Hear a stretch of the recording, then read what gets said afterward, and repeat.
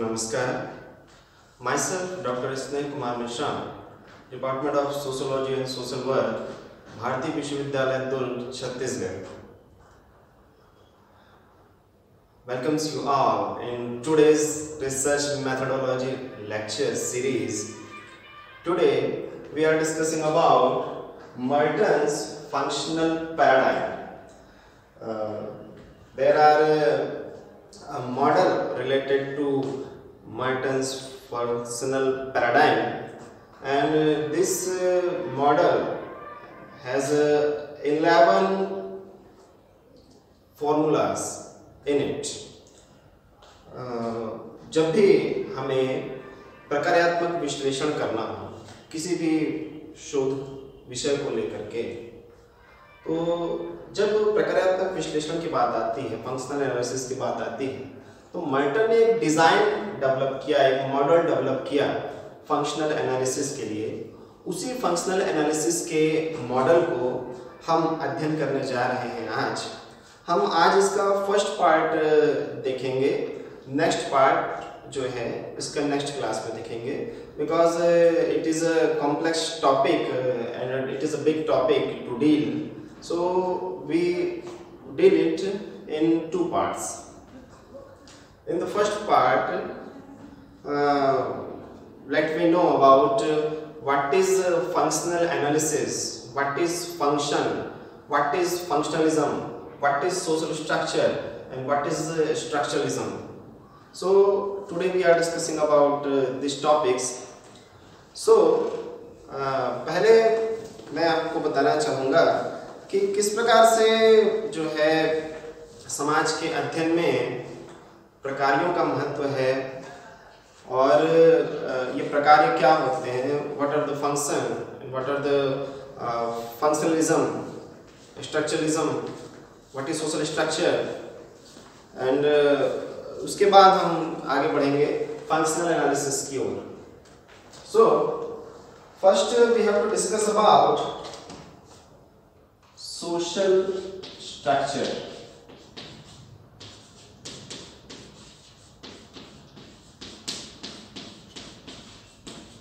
Social structure.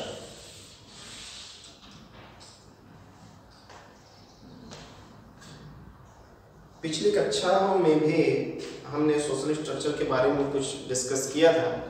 यहाँ फिर से मैं इसे आपको समझाना चाह रहा हूँ, because unless you remind the concept of social structure and the concept of function, you cannot understand the functional paradigm of R. King Merton, Robert King Merton. You know the name of this sociologist. He is a very famous sociologist all over the world.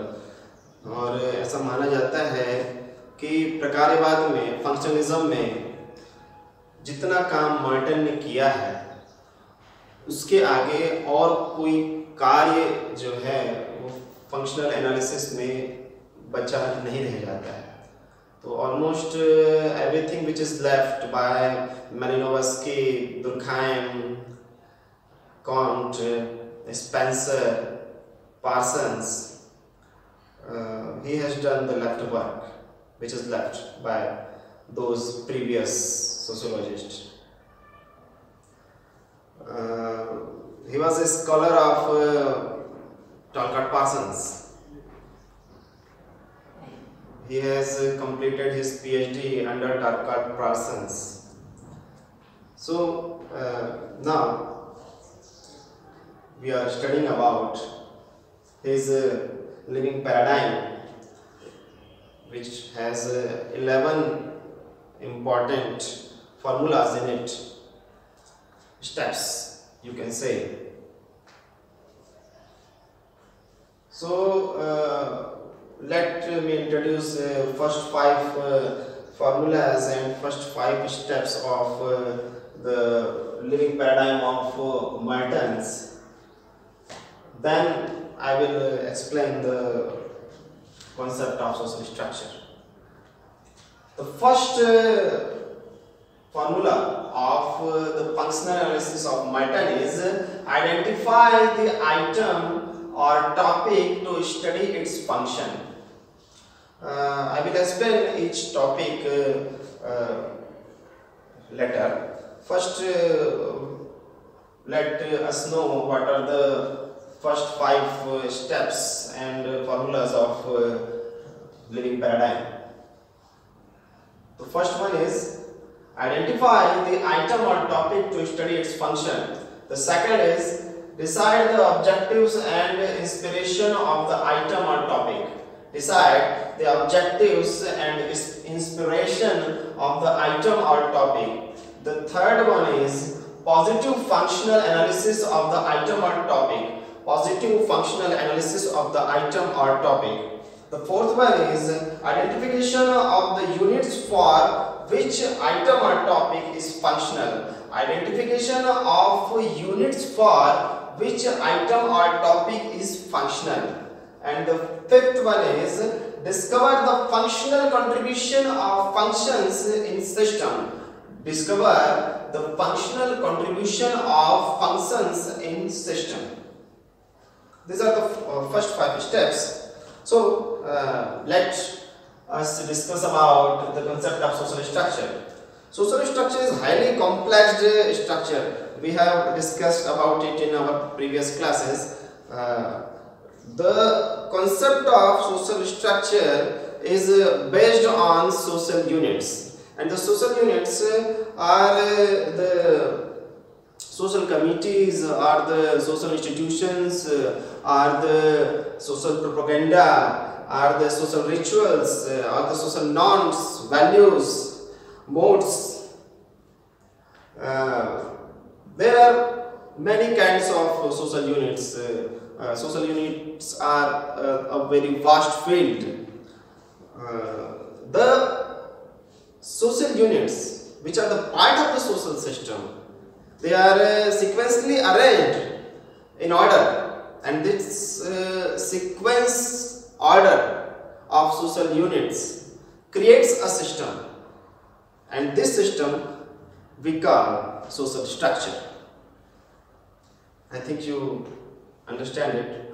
We have discussed about it in our previous classes also, so I think you got it. इन विभिन्न सामाजिक इकाइयों से मिलकर के सामाजिक संरचना बनी होती है, और सामाजिक संरचना जो है जटिल, क्रमबद्ध, अमूर्त, समग्र है. जटिल, कॉम्प्लेक्स, क्रमबद्ध, इन ऑर्डर, इन सीक्वेंस. अमूर्त, अमूर्त है, मूर्त नहीं है, इंटेंजिबल है, इंटेंजिबल है. समग्र है, समग्र मीन्स होल, ऑल इंक्लूसिव, समग्र है.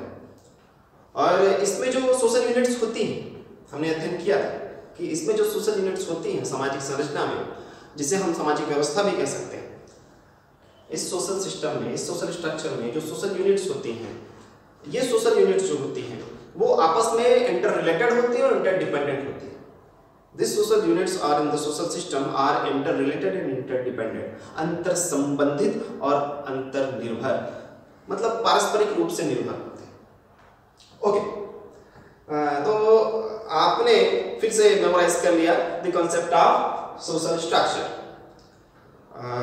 हमने जान लिया कि जो सोशल स्ट्रक्चर है ये बहुत सारे सोशल यूनिट्स पर डिपेंड करता है ना, और इन सोशल यूनिट्स के बीच में एक बहुत अच्छा ऑर्डर होना चाहिए, एक बहुत अच्छा सीक्वेंस होना चाहिए, एक बहुत अच्छी व्यवस्था होनी चाहिए, क्रमबद्धता होनी चाहिए. उसके बाद ही हम कल्पना कर सकते हैं सामाजिक संरचना की या सामाजिक व्यवस्था की. तो जब हम बात करते हैं फंक्शन की, प्रकार्य की, तो प्रकार्य की अवधारणा चालू होती है हर्बर्ट स्पेंसर से. हर्बर्ट स्पेंसर को प्रकार्य और संरचना दोनों अवधारणाओं को समाजशास्त्र में इंट्रोड्यूस कराने का श्रेय जाता है. पुरोधा माने जाते हैं संरचना और प्रकार्य की अवधारणा के हर्बर्ट स्पेंसर. उनको हम इंग्लिश फादर ऑफ सोशियोलॉजी भी कहते हैं. इंग्लैंड के थे, पहली बार सोशियोलॉजी को इंग्लैंड में इंट्रोड्यूस कराया है, इसलिए इन्हें इंग्लिश फादर ऑफ सोशियोलॉजी भी कहते हैं. तो बाद में देखिए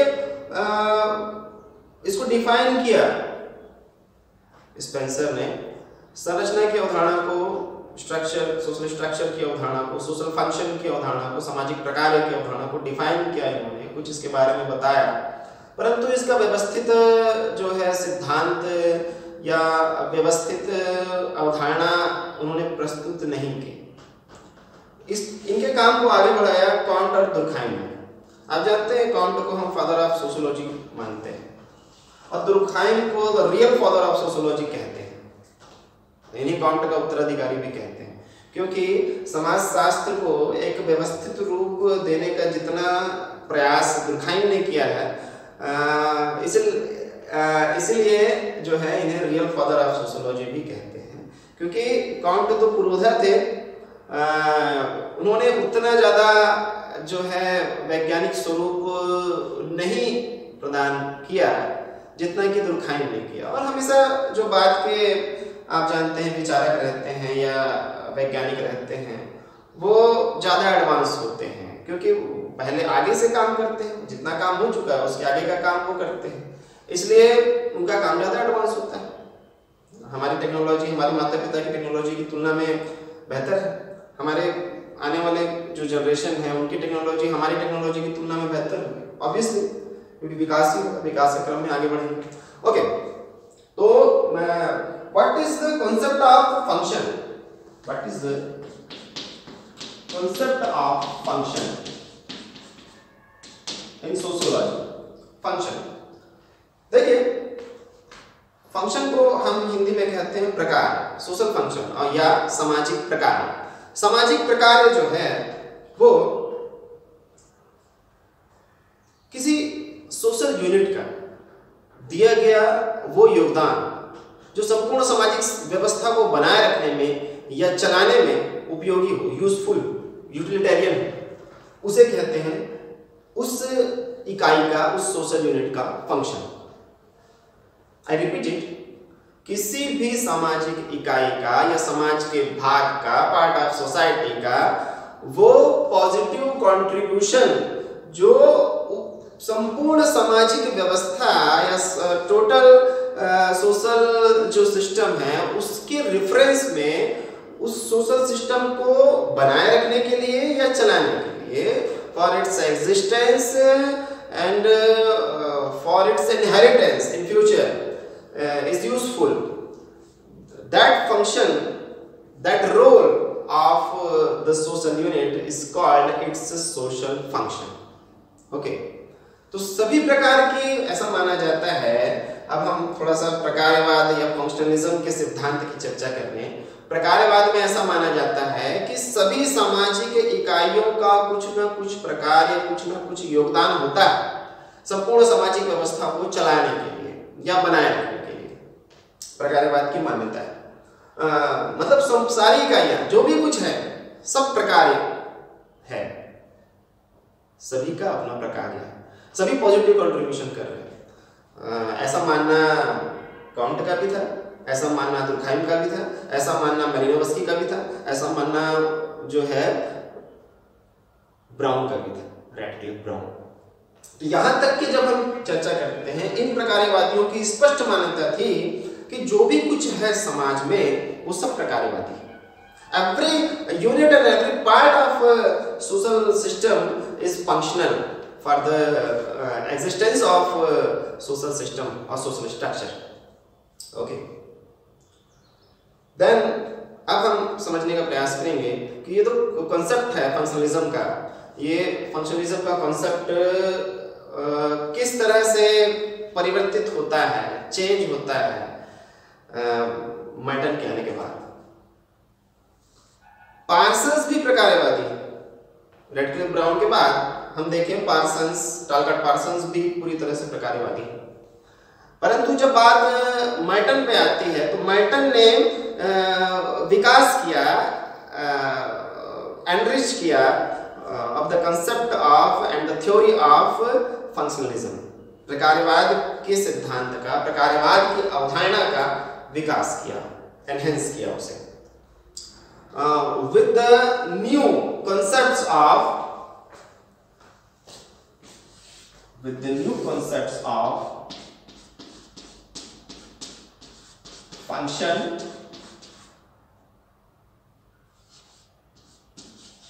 प्रकार, dish function,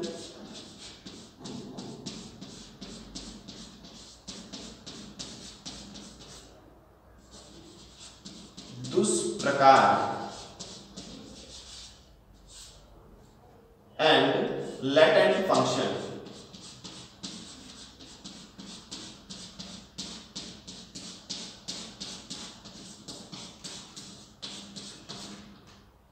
अंतर्निहित प्रकार,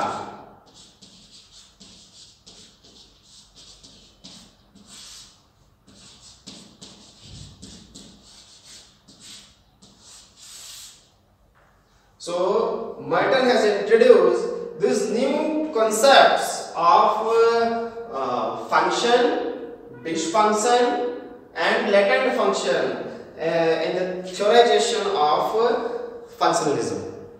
अब इसे समझिए, ये सब समझना जरूरी है, तभी आप इनके मॉडल को समझ पाएंगे। प्रकार वही पुरानी अवधारणा है जिसके तहत ये माना जाता है कि समाज की जो भी इकाई है, समाज के जो भी पार्ट हैं, वो सभी जो है फंक्शनल है, योगदान देने वाले। Their contribution is positive for the existence of society, for the existence of social structure and social system. जो दूसरा कॉन्सेप्ट है इनका डिसफंक्शन का, दुष्प्रकार का, ये कॉन्सेप्ट इस प्रकार का है, नया कॉन्सेप्ट है। इस नए कॉन्सेप्ट में उन्होंने बताया कि डिसफंक्शन का मतलब यह है कि जरूरी नहीं है कि every social unit is functional for society or social system. Some जो social units are maybe dysfunctional or maybe contribute negatively for social system or social structure. So they are dangerous for social structure or social system. This was the new concept at that time. Before him, every sociologist has same concept that every social unit function is functional and positive for the existence of social system or social structure. तो पहली बार इन्होंने कहा कि जरूरी नहीं है कि सभी योगदान दें, ऐसा भी हो सकता है कि कुछ ऐसी इकाइयां हों, कुछ ऐसी सामाजिक इकाइयां हों, समाज के कुछ ऐसे भाग हों जो कि सामाजिक संरचना और सामाजिक व्यवस्था को बनाए रखने में नहीं बल्कि उसको डिस्ट्रक्ट करने में, विघटित करने में योगदान दें। सामाजिक विघटन हो जाएगा उस स्थिति में। तो ऐसी इकाइयों की पहचान करना भी आवश्यक है, ये नया कॉन्सेप्ट। इसके अलावा एक और नया कॉन्सेप्ट दिया उन्होंने, लैटेंट फंक्शन का, अंतर्निहित प्रकार का। तो मेटन का जो अंतर्निहित प्रकार का कॉन्सेप्ट है, लैटेंट फंक्शन का कॉन्सेप्ट है, वो इस प्रकार से है कि प्रकार क्या है ये तो आप जानते हैं, प्रकार क्या है ये तो आप जानते हैं, ये पता होता है उनके अनुसार, मेटन के अनुसार ये पता होता है। जो सामाजिक कर्ता होते हैं, सोशल एक्टर्स होते हैं, वी आर सोशल एक्टर्स, जो सामाजिक कर्ता होते हैं, जो सोशल इंटरेक्शन के द्वारा विभिन्न सामाजिक प्रक्रियाओं को, सोशल प्रोसेसेस को संपन्न करते हैं, उन्हें यह पता होता है कि किस कार्य का क्या परिणाम होगा। We are studying for our academic career, we are studying to enrich our knowledge. We know that the function of this social process which is ongoing here, but latent function are that kind of function that nobody knows what will be the consequences of some kind of functions. It is always surprise for us. मतलब इसका तात्पर्य ये है कि अंतर्निहित प्रकार से तात्पर्य ये है कि ये सरप्राइज की तरह आता है। जो इंटरेक्शन, सोशल इंटरेक्शन करने वाले जो लोग हैं, वो किसी और कार्य के लिए सोशल इंटरेक्शन करते हैं, किन्हीं और परिणामों की प्राप्ति के लिए, किन्हीं और उद्देश्यों की पूर्ति के लिए सोशल इंटरेक्शन किए होते हैं, परंतु कुछ ऐसे परिणाम आ जाते हैं जो कि अप्रत्याशित होते हैं और अकल्पनीय होते हैं और अचानक आते हैं।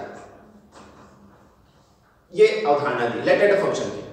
तो जैसे कि कोविड के समय में जो हुआ कि जो जैसा कि पहले कभी नहीं हुआ था, विद्यार्थी जो है, स्टूडेंट्स जो है, वो घर बैठे आंसर लिख रहे हैं, ओपन बुक एग्जाम हो रही। ऐसा किसी ने नहीं सोचा था। इतना बड़ा जो त्रासदी छाई पूरी विश्व में, तो इतनी बड़ी मात्रा में जो है इसने समाज को प्रभावित किया और इतना नुकसान हुआ, स्वास्थ्यगत और इकोनॉमिकल सभी तौर से जो है, सोशल रिलेशंस को भी हार्म हुआ इस महामारी के कारण। It is a world pandemic, but in certain way विद्यार्थी घर बैठे आंसर लिख रहे हैं। और आपने देखा कि कट ऑफ्स बहुत हाई गए हैं विभिन्न विश्वविद्यालय और कॉलेजेस में जो एडमिशन हुए हैं उसमें, जो कि पहले इतने कट ऑफ्स कभी नहीं गए। घर बैठे आंसर लिख रहे हैं, 90%, मोर देन 90% जो है वो स्कोर हो रहा है। नंबर काटे कहाँ जाए ये एग्जामिनर को सोचना पड़ रहा है। ऐसी स्थिति पहले कभी निर्मित नहीं हुई थी। ऐसा किसी ने सोचा भी नहीं था कि घर बैठे उन्हें डिग्री मिल जाएगी, आंसर लिखना होगा उन्हें और वो ओपन बुक एग्जाम देंगे। तो it is a latent function for Covid pandemic, you can say it just like that. तो ये 3 कॉन्सेप्ट मैंने इंट्रोड्यूस कराया जो कि नए थे in the field of functionalism. अब स्ट्रक्चरलिज्म क्या होता है? स्ट्रक्चरलिज्म में सोशल स्ट्रक्चर को आधार माना जाता है। सोशल स्ट्रक्चर को आधार मान के ऐसा माना जाता है कि कर्ता और संरचना, कर्ताओं जो कर्ता मतलब मैं, आप, वी आर सोशल एक्टर्स, हम सामाजिक कर्ता हैं। कर्ताओं के मध्य जो अंतःक्रिया होती है, सोशल इंटरेक्शन होता है, अंतःक्रियाओं की बारंबारता से, repetition of social interactions, the social structure is formed from the repetition of social interaction। और ये जो इसमें संरचनावाद में ये माना जाता है कि कर्ता महत्वपूर्ण है सामाजिक संरचना के निर्माण में, और ये भी माना जाता है कि सामाजिक संरचना महत्वपूर्ण है कर्ता को निर्मित करने में। दोनों अवधारणा है और दोनों अवधारणाओं का पक्षधर है संरचनावाद। संरचनावाद के अनुसार विभिन्न सामाजिक इकाइयों की वजह से सामाजिक संरचना का निर्माण हो रहा है। क्रमबद्ध स्वरूप अमूर्त समग्र है, अंतर संबंधित अंतर्निर्भर इकाइयां हैं, इनके माध्यम से सामाजिक संरचना का निर्माण होता है। परंतु सामाजिक संरचना का निर्माण कैसे होता है, इन इकाइयों का निर्माण कैसे हो रहा है? कर्ताओं के मध्य होने वाली अंतःक्रियाओं के मध्य। तो सोशल एक्टर्स का फॉर्मेशन होता है सामाजिक संरचना के माध्यम से, और सामाजिक संरचना का फॉर्मेशन होता है सोशल एक्टर्स के मध्य होने वाली सोशल इंटरेक्शन के माध्यम से। तो दोनों पक्ष हैं, और दोनों पक्ष में से संबंधित जो है समाजशास्त्री हैं। कुछ समाजशास्त्री ये मानते हैं कि सामाजिक संरचना में कर्ता अधिक महत्वपूर्ण है, सोशल एक्टर जो है वो अधिक महत्वपूर्ण है। कुछ समाजशास्त्री ये मानते हैं कि नहीं, कर्ता महत्वपूर्ण नहीं है, गौण है, सेकेंडरी है। प्राइमरी तो सोशल स्ट्रक्चर खुद है, क्योंकि सोशल स्ट्रक्चर ही सोशल एक्टर्स का फॉर्मेशन करता है। We can say we are social product. हमारी सोच, हमारी संस्कृति का परिणाम, जैसी आपकी संस्कृति होगी वैसी आपकी सोच होगी। यही अंतर है। संस्कृति में होने वाला अंतर विचारों में होने वाला अंतर बन जाता है। तो दोनों ही प्रकार की स्थितियां हैं, दोनों ही प्रकार के वाद हैं संरचनावाद से संबंधित। बाद में गिडेंस है। गिडेंस का जो उत्तर संरचनावाद का सिद्धांत है, पोस्ट स्ट्रक्चरलिज्म का सिद्धांत है, उन्होंने माना कि दोनों ही इंपॉर्टेंट। उन्होंने जो है ड्यूअलिटी को माना कि कर्ता पर भी जोर दो, संरचना पर भी जोर दो, दोनों इंपॉर्टेंट, दोनों का अपना अपना महत्व है, और दोनों में से किसी के महत्व को कम करके आंका नहीं जा सकता। ये कॉन्सेप्ट दिया। बाद में इन्होंने कहा कि ये कोई बहुत वेल डेवलप्ड थ्योरी नहीं है, ऐसा भी इन्होंने कह दिया। फिर भी इनके विचारों को उत्तर संरचनावाद के पोस्ट स्ट्रक्चरलिज्म की कैटेगरी में रख के देखा जाता है। गिडेंस। चलिए हम वापस आते हैं संरचनावाद से। तो संरचनावाद का आशय आप समझ गए, प्रकारवाद का आशय आप समझ गए, प्रकार और संरचना किस प्रकार से जुड़े हुए ये आप समझ गए, है ना। देखिए कोई भी सोशल यूनिट है, जब उसमें पार्ट करने वाले जो एक्टर्स हैं वो उस सोशल यूनिट को बेहतर रूप से बना के रखेंगे with the repetition of positive social interaction, then the social unit will be functional for the social structure or social system. And when the social structure and social system is functional, that will be a state of social welfare. ऐसे ही concept. जितना बेहतर सामाजिक जो है कर्ताओं की अंतःक्रियाएं होंगी, उतने बेहतर ही वो सामाजिक इकाइयों का निर्माण करेंगे। जितनी बेहतर सामाजिक इकाइयां होंगी उतनी बेहतर ही सामाजिक संरचना या सामाजिक व्यवस्था होगी। जितनी बेहतर सामाजिक व्यवस्था होगी उतनी ही कल्याणकारी सामाजिक व्यवस्था का निर्माण हो पाएगा और समाज उतना ही लोगों के लिए कल्याणकारी सिद्ध होगा। यही बात हो रही है, इसे हम समझने का प्रयास कर रहे हैं। तो अब हम आते हैं, अब आप सक्षम हो चुके हैं ये समझने में कि इनका मॉडल क्या है, मैटन का फंक्शनल पैराडाइम का मॉडल क्या है। अब हम इस पे प्रवेश करते हैं। तो पहला इसमें जो स्टेप है वो है आइडेंटिफाई द आइटम और topic to study its function. देखिए बहुत सारे सामाजिक इकाइयों से मिलकर के समाज बना है। तो आपको जब प्रकारात्मक अध्ययन करना है, आप कोई शोध कर रहे हैं, it will be a functional analysis, you have decided it. So you have to first identify the item or topic to study its function for the social system. एक उदाहरण से मैं इसे स्पष्ट करूंगा और इसी उदाहरण को लेकर के हम चलेंगे, आप समझने का प्रयास करेंगे। We will discuss about family. देखिए परिवार है, फैमिली है, it is a kind of social institution. इसे हम सामाजिक संस्था कहते हैं। क्यों कहते हैं सामाजिक संस्था? किसे कहते हैं? सामाजिक संस्था नियमों एवं कार्य प्रणालियों की व्यवस्था होती है। सामाजिक संस्था, सोशल इंस्टीट्यूशन नियमों और कार्य प्रणालियों की व्यवस्था होती है। It is a system of the laws and the processes, the social processes. और ये समाज के हित के लिए कार्य करती है, सोशल वेलफेयर के लिए कार्य करती है। कौन? सोशल इंस्टीट्यूशंस, सामाजिक संस्था। तो जो सामाजिक संस्था का एक एग्जांपल हमने लिया है परिवार। परिवार एक सामाजिक संस्था है। वैसे मैकआवर और पेज कहते हैं कि ये जो नियम और कार्य प्रणालियों की व्यवस्था के रूप में सामाजिक संस्था है परिवार, और सदस्यता के रूप में, क्योंकि इसमें सदस्यता होती है, सदस्यता के दृष्टिकोण से देखें तो ये एक समिति भी है। तो मैकआवर और पेज के अनुसार परिवार में सामाजिक संस्था एवं सामाजिक समिति दोनों के गुण पाए जाते हैं। तो सामाजिक समिति के बारे में भी आप जानते होंगे कि सामाजिक समिति सदस्यों के द्वारा निर्मित की जाती है और उन सदस्यों का एक कॉमन इंटरेस्ट होता है। For that common interest they form the social committee. और सोशल कमिटी जो है वो अपने सदस्यों के हितों के लिए कार्य करती है। समाज के हित के लिए डायरेक्ट काम नहीं करती है, अपने सदस्यों के हितों के लिए काम करती है। उसका उद्देश्य होता है अपने सदस्यों को लाभ पहुंचाना। ओके, तो परिवार का हम अध्ययन कर रहे हैं।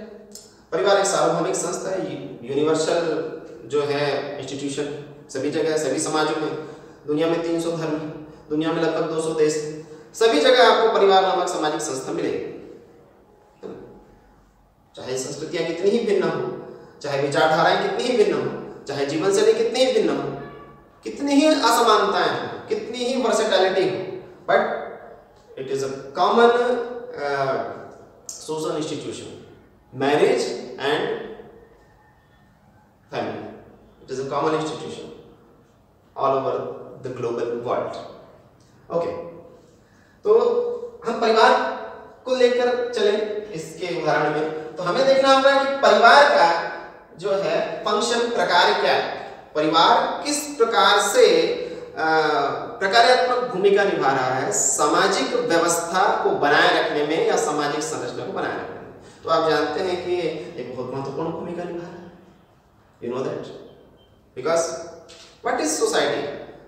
Society is net of many kinds of families. आपकी फैमिली, मेरी फैमिली, हम सभी का परिवार, यही तो समाज। आप समाज के अगर कार्यात्मक इकाई, फंक्शनल यूनिट देखना चाहेंगे, है ना, तो क्या होगी? परिवार ही होगा। और परिवार ही जो है वो सोसाइटी का रिप्रेजेंटेटिव है आपके लिए। आप समाज को डायरेक्ट जो है नहीं समझ सकते, पहले आपको परिवार को समझना है। और परिवार आपका प्रतिनिधि है, सामाजिक प्रतिनिधि आपके लिए। समाज डायरेक्टली आपके लिए, आप क्या सोच सकते हैं कि समाज डायरेक्टली आपके लिए बहुत कुछ नहीं कर रहा है, पर कर रहा है। परिवार क्या है? समाज का एक रूप ही तो है। परिवार समाज का एक रूप ही, निकटतम स्वरूप है समाज का, और वो आपके लिए सब कुछ कर रहा है। आप जानते हैं परिवार आपके लिए कितना महत्वपूर्ण है। आपने परिवार में जन्म लिया, आप परिवार में पले बढ़े, और दो प्रकार के परिवार में आप, एक तो जन्ममूलक परिवार से आप जुड़े होते हैं, जिसमें आपने जन्म लिया, और दूसरा प्रजननमूलक परिवार, जिससे आप जन्म लेंगे। विवाह के बाद जो नया परिवार आप बसाएंगे, इन दो परिवारों में ही आप जीते हैं, जन्म से लेकर मृत्यु तक के। और ये दोनों परिवार जो हैं वो जीवन भर आपसे जुड़े रहते हैं, और ये बहुत महत्वपूर्ण है सामाजिक दृष्टिकोण से, क्योंकि जितना महत्वपूर्ण रूप से आप फंक्शन करेंगे in your family, that will be helpful for social structure and social system. मैं अपने परिवार के लिए जितना समर्पित रहूंगा, मैं अपने परिवार के लिए जितना यूजफुल होऊंगा, उतना ज्यादा मैं सामाजिक व्यवस्था को मजबूत करूंगा। क्योंकि it is our role, it is our family. परिवार मजबूत होगा तो समाज मजबूत होगा। जो ठीक वैसे जैसे आपका जो कार्य है, आपकी जो भूमिका है, आपका जो रोल है, आपके जो दायित्व है, आपकी जो रिस्पॉन्सिबिलिटीज है, आप उनको जितना बेहतर तरीके से निभाएंगे, उतने ही बेहतर तरीके से उसका प्रभाव पड़ेगा सोशल सिस्टम पर। As a teacher, if I am responsible for my duties and my responsibilities, it will helpful for the social structure. So directly आप समाज की सेवा करें ऐसा जरूरी नहीं। आप अपने दायित्वों को बहुत अच्छे तरीके से निभा सकते हैं। जिस भी सामाजिक परिस्थिति को, सोशल स्टेटस को आप एक्वायर करते हैं, उसके अनुसार आप एक बहुत अच्छे बेटे बन सकते हैं, आप एक बहुत अच्छे भाई बन सकते हैं, आप एक बहुत अच्छे मित्र बन सकते हैं, आप एक बहुत अच्छे पड़ोसी बन सकते हैं, आप एक बहुत अच्छे शिक्षक बन सकते हैं, डॉक्टर बन सकते हैं, इंजीनियर बन सकते हैं, कारपेंटर बन सकते हैं, पेंटर बन सकते हैं, डांसर बन सकते हैं। जो भी भूमिका और परिस्थिति आपके साथ जुड़ी हुई है, उसको यदि आप बहुत अच्छे से निभा रहे हैं तो it will be functional for society indirectly. अगर सभी ये करें तो किसी को सामाजिक सेवा करने की जरूरत नहीं पड़ेगी। सभी अपने दायित्वों को बेहतर तरीके से निभाते हैं, समाज सेवा की आवश्यकता नहीं पड़ेगी। किसी को रैली करने की, किसी को भाषण देने की, किसी को विभिन्न प्रकार का ट्रस्ट बनाने की आवश्यकता नहीं पड़ेगी। सभी अपना सामाजिक दायित्व अगर अच्छे से निभाएं तो ओके। तो इस पहले फॉर्मूले में मर्टन कहते हैं कि सबसे पहले हम आइडेंटिफाई कर लें, जब हम फंक्शनल एनालिसिस कर रहे हैं इन आवर सोशल रिसर्च, कौन सी प्रॉब्लम है, कौन से आइटम्स हैं। आइटम्स मतलब वो टॉपिक, वो मद जिनका हम अध्ययन करना चाहते हैं, जिनके प्रकारों का हम अध्ययन करना चाहते हैं सोशल सिस्टम में, सोशल स्ट्रक्चर में। Okay, the second one is decide the objectives and inspiration of the item or topic. अब हमें पता होना चाहिए कि हम वो स्टडी क्यों कर रहे हैं, हमारा उद्देश्य क्या है, अब उसका संभावित परिणाम क्या निकल सकता है, उसकी उपयोगिता क्या है ना। तो जैसे कि हम परिवार का अध्ययन कर रहे हैं, फैमिली का अध्ययन कर रहे हैं,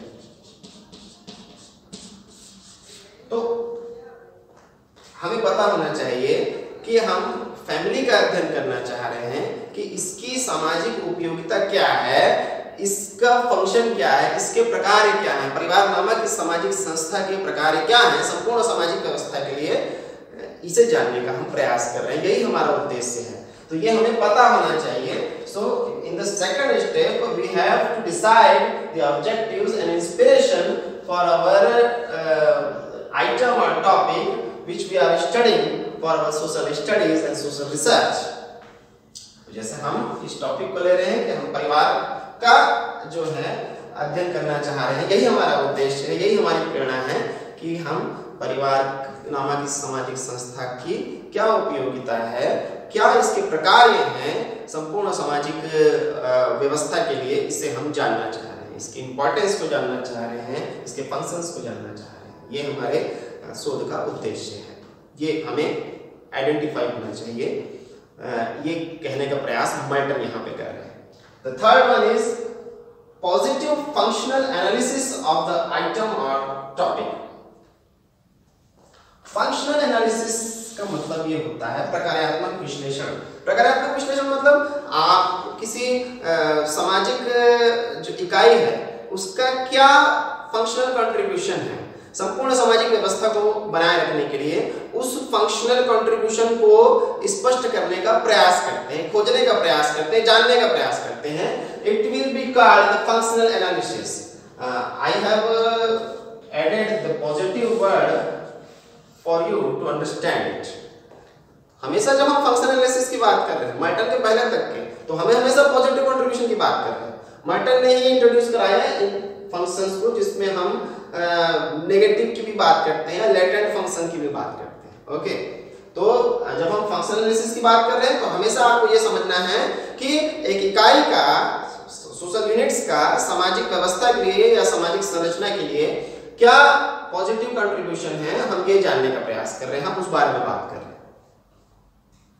okay, the fourth one is identification of units for which item और टॉपिक इज फंक्शनल। उन इकाइयों की पहचान करना जिनके लिए आइटम और टॉपिक जो है वो फंक्शनल है। किन इकाइयों के लिए फंक्शनल है, मतलब यदि परिवार को हम लेकर के चल रहे हैं, जैसे एक उदाहरण के रूप में हम परिवार नामक सामाजिक संस्था को लेकर के चल रहे हैं, तो सामाजिक व्यवस्था के किन किन क्षेत्रों में, किन किन भागों के लिए जो परिवार नामक सामाजिक संस्था है वो प्रकार्यात्मक है, वो पॉजिटिव कंट्रीब्यूशन दे रही है, इसे जानने का, इसे समझने का प्रयास हम करेंगे और इसे हम आइडेंटिफाई करेंगे उन इकाइयों को जिसके लिए हमारा जो आइटम है या हमारा जो टॉपिक है वो फंक्शनल है, उनका आइडेंटिफिकेशन करने की बात कर रहे हैं मैटर इस स्टेप में, इस फॉर्मूले में। And the fifth one is discover the functional contribution functions in system. Discover the functional contribution of functions in system. जिन प्रकारों की हम बात कर रहे हैं सामाजिक व्यवस्था में, जैसे परिवार के प्रकारों की बात कर रहे हैं, तो परिवार के जो प्रकार हैं सामाजिक व्यवस्था में, उनके क्या प्रकार्यात्मक योगदान है, क्या पॉजिटिव कंट्रीब्यूशन है, परिवार का क्या पॉजिटिव कंट्रीब्यूशन है, उनको खोजना इस स्टेप में, इस नंबर के फॉर्मूले में ऐसा हमें करना होता है। ये मैटर हमें समझाने का प्रयास कर रहे हैं। जैसे कि परिवार में अब आप देखिए कि परिवार के जो प्रकार हैं, फंक्शंस जो हैं, वो किस प्रकार से फंक्शनल है। बच्चों के लालन पालन की व्यवस्था करता है परिवार में ही जो है स्त्री और पुरुष सामाजिक मान्यता के तहत आपस में संबंधित रह सकते हैं, एक साथ रह सकते हैं, संतानों की उत्पत्ति कर सकते हैं, संतानों का लालन पालन कर सकते हैं, उन्हें एक पूर्ण विकसित सामाजिक प्राणी के रूप में निर्मित कर सकते हैं, और वही जो पूर्ण विकसित सामाजिक प्राणी जो है समाजीकरण की प्रक्रिया के माध्यम से आगे चल के समाज को वही लोग चलाएंगे, next generation. So this whole functions are accomplished in family. So the functions of the family is very important for the existence of social structure and social system. We know that. तो ये जो है functional contribution functions का सामाजिक व्यवस्था के लिए किस प्रकार से इंपॉर्टेंट है, इसे हम जानने और समझने का प्रयास करते हैं इस 5th स्टेप में। तो ये एक हेल्पफुल मॉडल बनाया है फंक्शनल एनालिसिस के लिए मर्टन ने, जिसकी सहायता से जब हम प्रकार्यात्मक विश्लेषण से संबंधित शोध करें, रिसर्च करें, तो इस मॉडल की सहायता से हम आसानी से फंक्शनल एनालिसिस कर सकते हैं और शोध की अपनी प्रक्रिया को सुचारू रूप से संपादित कर सकते हैं। आगे के इनके जो विश्लेषण हैं नेक्स्ट क्लास में हम देखेंगे। आज के लिए इतना ही, धन्यवाद।